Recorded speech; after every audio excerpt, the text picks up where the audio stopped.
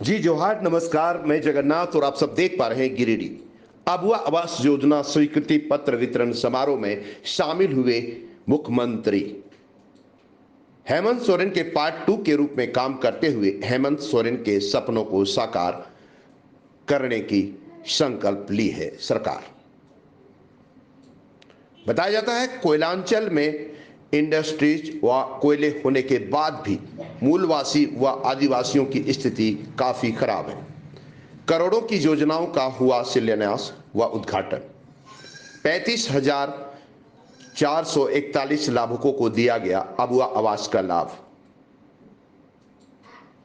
झारखंड सरकार की महत्वाकांक्षी योजना आबुआ आवास योजना को धरातल पर उतारने के लिए गिरिडीह स्टेडियम में आयोजित आबुआ आवास योजना स्वीकृति पत्र वितरण समारोह का आयोजन किया गया, जिसमें मुख्यमंत्री चंपाई सोरेन, मंत्री बेबी देवी, मंत्री सत्यानंद भोक्ता, मंत्री वन्ना गुप्ता, सचिव विनय कुमार चौबे, ग्रामीण विकास विभाग के सचिव चंद्रशेखर, सदर विधायक सुदीप सोनू, बगोदर विधायक विनोद सिंह, धनवार के पूर्व विधायक राजकुमार यादव, पूर्व विधायक निजामुद्दीन अंसारी, गांडे के पूर्व विधायक डॉक्टर सरफराज अहमद, पूर्व विधायक प्रोफेसर जयप्रकाश वर्मा, गोमिया के पूर्व विधायक लंबोदर मोहतो सहित कई नेताओं ने शिरकत की। मौके पर पारंपरिक तरीके से ढोल, नगाड़े व संस्थाली नृत्य प्रस्तुत कर अतिथियों का स्वागत किया गया।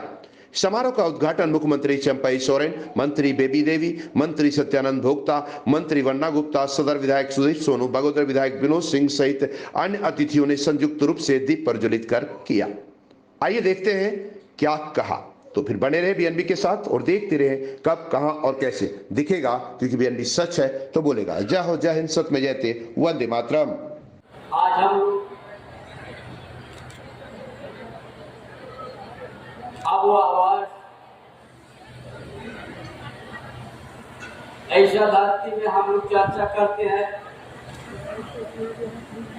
कि इस धरती एक कोयलांचल क्षेत्र है और कोयलांचल क्षेत्र का क्या स्थिति है,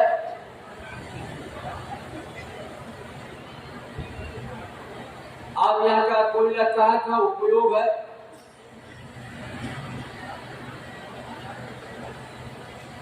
ये सब हम लोग कहीं ना कहीं से हम लोग को समझने का हम लोग को मौका मिला।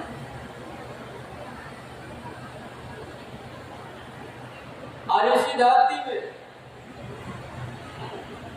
आज हम आबुआ आवास 35,000 लाभुकों से हमने शुरुआत करना है।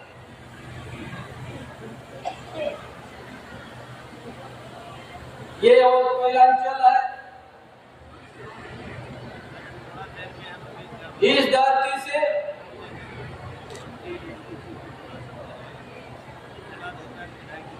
ये बोकारो जिले में बहुत बड़ा स्टील प्लांट है, लेकिन आज इस झारखंड धरती के आदिवासी मूलवासी उनका आर्थिक स्थिति क्या हो गया है, शिक्षानिक व्यवस्था क्या है, सामाजिक व्यवस्था उनको कितना कमजोर किया गया है। वही चीज हमारा युवा सम्राट पूर्व मुख्यमंत्री हेमंत सोरेन ने देखा कि झारखंड का यहाँ का जो बुनियादी समस्या है, इसी धरती से कोयला है, इसी झारखंड का धरती से सोना भी है, यूरेनियम भी है, तांबा भी है और लोहा का पत्थर भी है। लेकिन झारखंड के आदमी के साथ व्यवस्था कभी साथ नहीं दिया। कोई विस्थापित का झेल रहा है, कोई कोयलांचल से उनका गांव उद्वास्तु हुआ, छोटे मोटे घर में रहना शुरू कर दिया, मजबूर हो गया। इसलिए ये सोचा, पहले हम लोग सुनते थे इंदिरा आवास, आवास, प्रधानमंत्री का आवास बहुत ढीलों पीट गया भाजपा वालों ने। ये कहता था 2022 तो पूरा देश में हम सबको पक्का मकान दे देंगे, लेकिन भाइयों बहनों, क्या क्या झारखंड के साथ कौन सा गलती किया है? 8 लाख सूची में था प्रधानमंत्री आवास में। हमारा हेमंत बाबू ने कई बार पत्राचार किया कि हमको पैसा दीजिए, और 1,30,000 में 80,000 उनको देना था, लेकिन नहीं दिया केंद्र सरकार। जो इसका लिए हेमंत बाबू सोचा हम अपना बल पर हमारा झारखंड की धरती के आदिवासी मूलवासी को हम आवाज देंगे।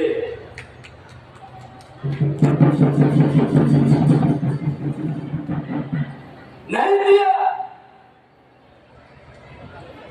जिस धरती से कोयला अंचल से पूरा देश उजाला है, सबसे ज्यादा गुजरात, महाराष्ट्र, बम्बई, दिल्ली, यहाँ का कोयला उपयोग किया।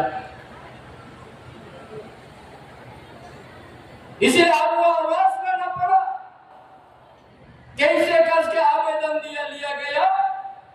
आपकी सरकार, आपकी योजना, आपकी सरकार, आपका द्वार कार्यक्रम के माध्यम से 29 लाख आवेदन आया और 20 लाख हम लोग सूची को स्वीकृत कर दिया है।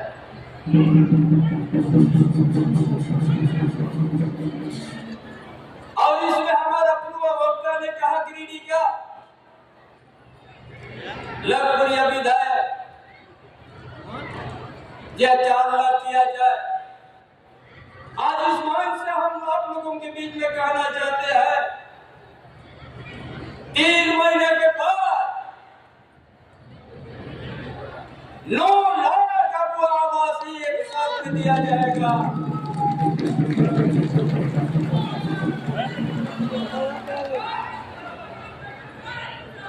ये तो आज शुरुआत है,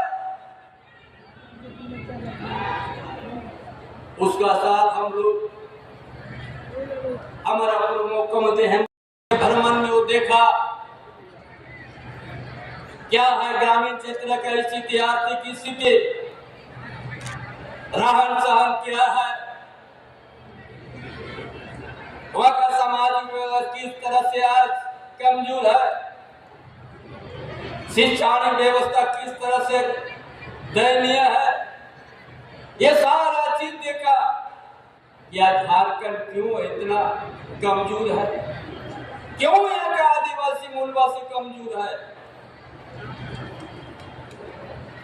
इसीलिए आज पहले पेंशन था, एक सीमा का टारगेट था, हम इतना के बाद हम नहीं करेंगे, लेकिन गांव का स्थिति देखा, यहाँ का परिवार की स्थिति देखा, जो आज गर्मी सीजन में पैर में जूता नहीं है, ठंडा का समय बदन में गर्म कपड़ा का नसीब नहीं, ऐसा स्थिति में कि हम सबको पेंशन देंगे ऐसे कानून बना दिया। आज सवर्जन पेंशन योजना चालू कर दिया, गांव में सभी को पेंशन मिलेगा। आज उसको कैसे करके आवेदन किया, आपकी योजना, आपकी सरकार, आपके द्वार कार्यक्रम में जो जिला के उपायुक्त, जिला का डीसी, सारा पदाधिकारी गांव की ओर चल गया, एक दिन में आवेदन लिया और उसी दिन स्वीकृति हो गया। ये देश के अंदर सबसे बड़ा पहला राज्य है इस तरह का व्यवस्था के जनता के बीच से उनका समस्या जाना और आवेदन लिया और स्वीकृति का एक दिन में बिचौलिया का चारा नहीं हुआ। ये तो काम का तरीका था। कौन कहता है जनता के बीच में ये सरकार नहीं कम किया। जनादेश मिला हेमंत बाबू का नाम पर, सरकार भी बना, लेकिन सरकार बनने के साथ ही हमारा भाजपा वालों को कभी स्थिर से नहीं रहने दिया। हम चाहते हैं केंद्रीय एजेंसी को हम भी सम्मान करते हैं, लेकिन ऐसा भेदभाव नहीं होना चाहिए।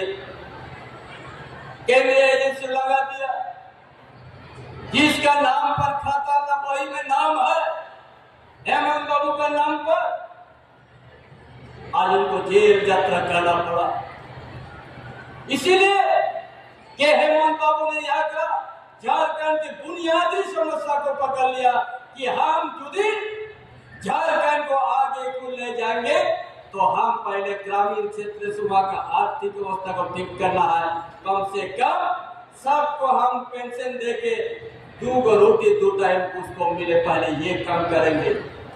उसका साथ हम पक्का मकान देंगे और उसका साथ इरिगेशन को हम पाइपलाइन से पूरा झारखंड में हम जल की तरह हम बिछा देंगे। हर छोटे बड़े किसान एक दिन सूखा का क्षेत्र नहीं देखना पड़ेगा। ये कदम उठाया, इसीलिए भाजपा वाला ने देखा ये जो काम करना शुरू कर दिया। हम गांव जाएंगे तो कौन चीज हम बोलेंगे ये क्या काम करेंगे। इसीलिए ये लोग षड्यंत्र राज किया। अरे धनबाद बोकारो कौन नहीं जानता है। हम तो कहता है ऐसा एजेंसी आ जाए और यहाँ के आदिवासी मूलवासी के जमीन को लौटा दे भाई।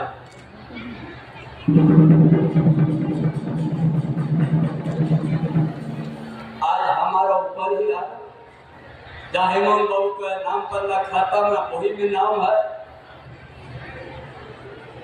और उसका झूठा मुकदमा से आज जेल यात्रा करती है। इसलिए झारखंड की जनता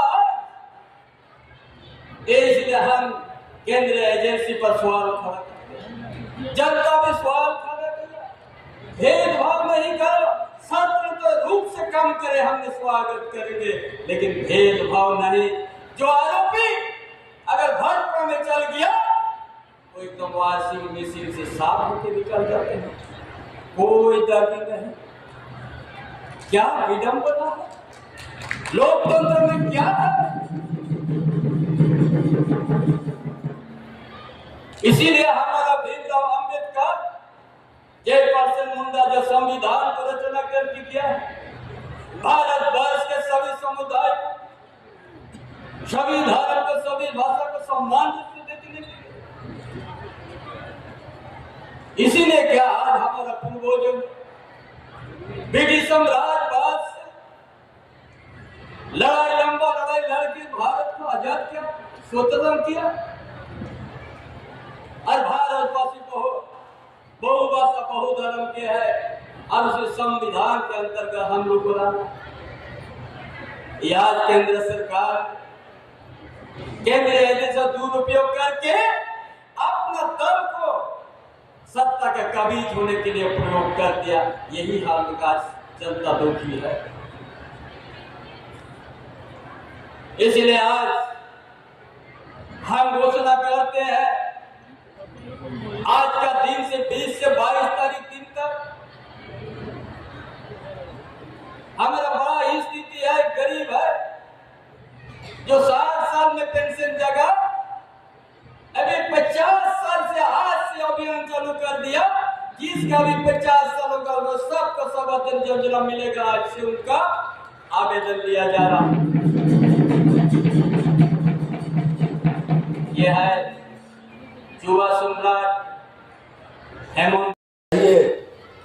कि जिन षड्यंत्रों के वजह से आपको आपके आवास के लाभ से वंचित किया गया, वो षड्यंत्र खत्म नहीं हुए हैं।